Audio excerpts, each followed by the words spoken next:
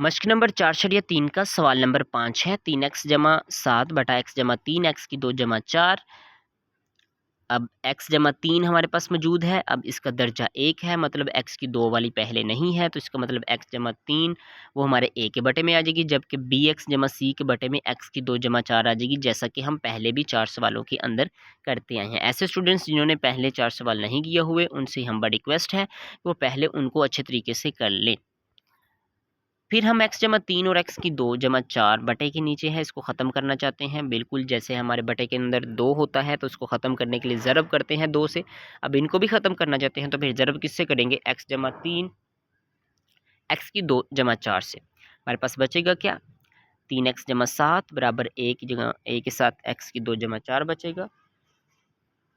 bx जमा c x की 2 जमा 4 कट जाएगा, x जमा 3 बचेगा। bx को x जमा 3 से ज़रब कर देंगे, c को भी x जमा 3 से ज़रब कर देंगे। फिर हम a की कीमत पहले निकालेंगे।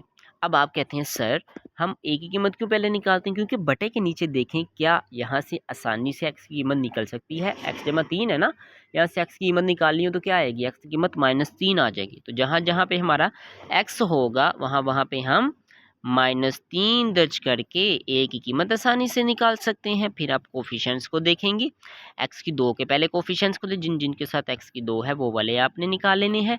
फिर जिनके साथ x वाले हैं फिर वो x वाले आपने निकाल के आसानी से b और c की कीमत निकाल सकते हैं। उम्मीद है आप ये अच्छे तरीके से कर लेंगे, क्योंकि काफ़ी इंटेलिजेंट स्टूडेंट्स हैं आप। और जब ये a b c की कीमत आ जाएगी, फिर आपने कीमतें उस हालत में दर्ज कर देनी है जो हमने शुरू में बनाई होती है, तो फिर हमारा आसानी से जवाब आ जाएगा। दुआ में याद रखिएगा। अल्लाह हाफिज़, बेस्ट विशेस।